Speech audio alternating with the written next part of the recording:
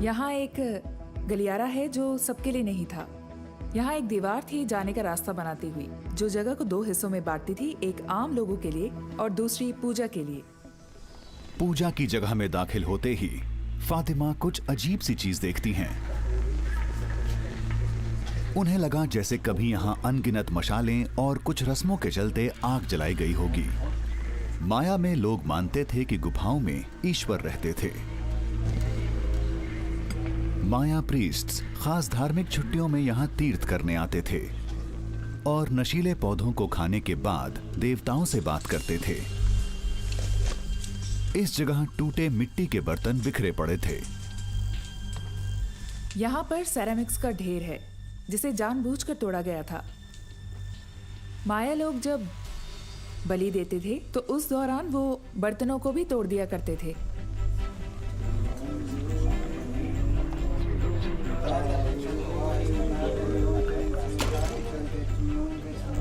जानकारों को लगता है सिरेमिक्स तोड़ना बलि के असर को बढ़ा देता था। वो बर्तन तोड़ते थे और उन टुकड़ों को गुफा में यहाँ वहाँ डाल देते थे। इन सभी बर्तनों में से एक एक टुकड़ा गायब है, तो लगता है माया के लोग अपने साथ एक टुकड़ा ले जाकर गुफा के बाहर दफना देते थे।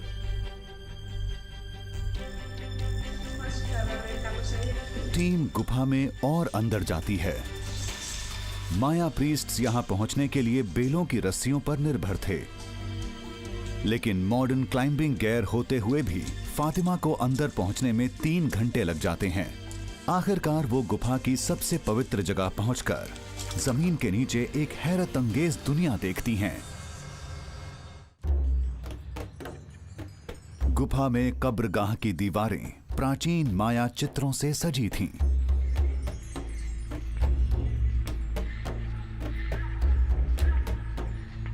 एक जगह गुफा के घुमावों का इस्तेमाल करते हुए तेंदुए का एक अनोखा 3 डायमेंशनल चित्र उकेरा गया है।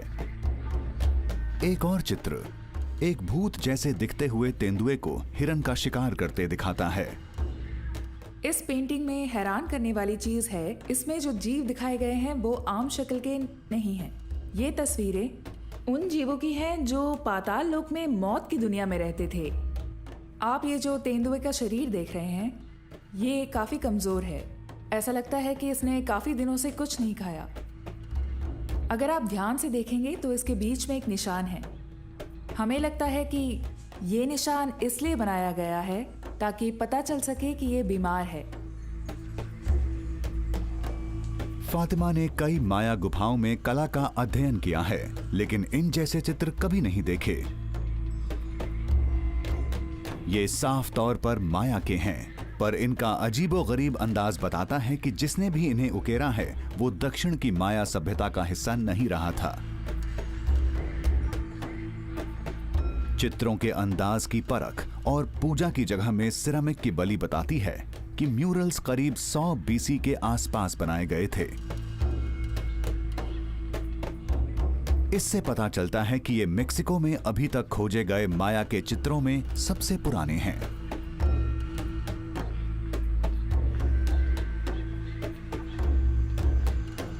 चित्र माया सभ्यता के उदय के जमाने के हैं। जानकार इसे प्री क्लासिक काल कहते हैं। ये दक्षिण के शरणार्थियों के युकेटैन पहुंचने से 800 साल पहले की बात है। तो ये चित्र बनाए किसने? नई साइट पर हुई एक और गजब की खोज शायद इस सवाल का जवाब दे।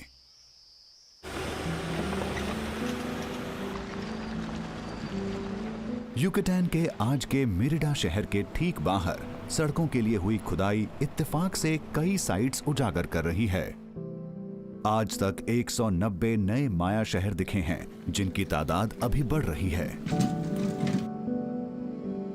प्राचीन युकेटैन का नक्शा तेजी से बदलते हुए पहले अनजान रहे शहरों और नगरों से पटा जा रहा है।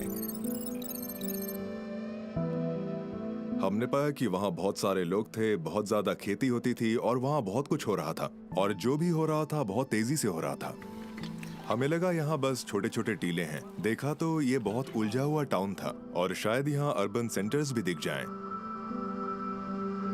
तो यहाँ एक कहीं ज्यादा घुली मिली सोसाइटी की सोच उभर रही थी और मेरे ख्याल से ये ग्वाटेमाला के बराबर की थी। हम दसियों साल से इन साइट्स के बगल से गुजरते रहे बिना इन्हें समझे। ऐसा नहीं था कि हमें जाकर इन जगहों को खोदना पड़ा हो, वो हमारे नाक के नीचे ही थी, हम बस इन्हें देख नहीं रहे थे। सोचिए कितनी हैरानी की बात है।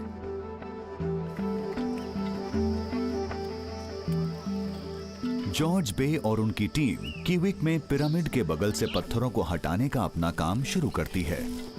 ये जासूसी का काम कर रहे हैं। ये पता लगाने की कोशिश कर रहे हैं कि आमतौर पर इमारत की छत को थामने में इस्तेमाल होने वाला तहखाने का ये पत्थर पिरामिड के अंदर दबा कैसे मिला। एक सुराग और सामने आता है जो इस पिरामिड के बारे में एक बहुत अलग सी चीज की तरफ इशारा करता है। काम करने वालों को ये मिला। वो इसे फेंकने ही जा रहे थे कि पलटकर देखा तो कुछ दिखाई दिया। असल में ये एक मूर्ति है, किसी चेहरे की मूर्ति। और देखिए यहाँ ये चेहरा है, ये नाक और मुंह के ऊपर का हिस्सा। तो फिर सवाल उठता है कि ये चेहरे पर आखिर बना क्या है। तो ये है एक बड़ा हेड ड्रेस और मास्क जो शायद ये लॉर्ड पहनता होगा। प्राचीन माया के लोग अक्सर इस जैसी मूर्ति को शाही इमारतों के सामने वाले हिस्से पर लगाते थे। ये एक हिला देने वाला सुराग था और खुदाई करने पर इमारत का कोना उजागर हुआ। ये हिफाजत से सहेजी बिल्डिंग का ऊपरी हिस्सा है। ये वो है जिसे हम टूटी मोल्डिंग कहते हैं। दरवाजे के ऊपर जाता मलबे का ये ढेर अब भी दरवाजे को रोके है। ये प्लास्टिक का बचा हिस्सा है, शायद ढाला और पेंट किया। टीम के पिरामिड की परतें हटाते जाने पर एक शाही महल उभरा।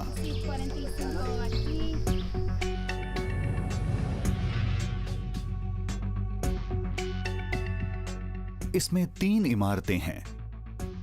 एक तरफ मंदिर, दूसरी तरफ शाही परिवार के रहने की जगह और बीच में तख्त का कमरा। लेकिन आखिर कीविक के राजा ने महल के ऊपर पिरामिड क्यों बनाया होगा? माया के लोग किसी भी जगह में ताकत देखना पसंद करते थे। तमाम तरह की इमारतों में एक के ऊपर एक दूसरी इमारत देखना कोई अनोखी बात नहीं थी, क्योंकि पवित्र जगहें, खास जगहें ताकतवर मानी जाती थी। हमारा कहना यही है कि ये ताकत को जायज ठहराने की कोशिश थी। जॉर्ज मानते हैं कीविक के एक शुरुआती राजा, शायद शहर के शाही खानदान को शुरू करने वाले ने ही महल बनवाया था। सदियों बाद एक दूसरे राजा ने अपने पूर्वज के घर के ऊपर पिरामिड बनवाकर अपने पूर्वज की ताकत से सीधा नाता जोड़ा और खुद की ताकत बढ़ाई। महल शायद दूसरी वजह से भी सबसे शानदार हो। पिरामिड को बनवाने वाला राजा दक्षिण से बहुत वक्त बाद में नहीं आया था, बल्कि उस शाही खानदान की पैदाइश था जो बहुत लंबे वक्त से कीविक में रह रहा था। अब यह साफ दिखता है कि यहाँ यूकेटैन में एक बड़ा माया समुदाय था जिसके बारे में लोग नहीं जानते थे। ये दक्षिण के समुदाय जितना ही पुराना और उतना ही ताकतवर था। असल में हम ये नहीं जानते कि माया समुदाय कहाँ शुरू हुआ या किस जगह शुरू हुआ। अब पता लग रहा है कि उनकी शुरुआत शायद कई जगहों से हुई थी। ग्वाटेमाला अब माया सभ्यता के पैदा होने की जगह होने के खिताब का दावा नहीं कर सकता।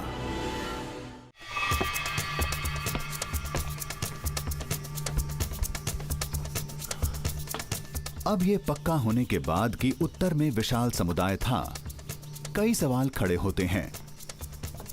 आखिर ये माया कौन थे और उन्हें भुला क्यों दिया गया?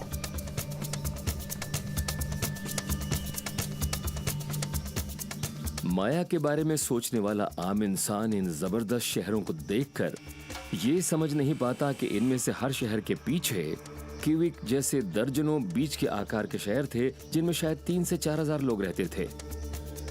कीविक के पास एक निगरानी टावर से पूरी साइट को समझना ज्यादा आसान है। बे की नजर में कीविक उत्तर का सबसे शानदार शहर था। अभी जो आप देख रहे हैं वो असल में क्यूबिक शहर का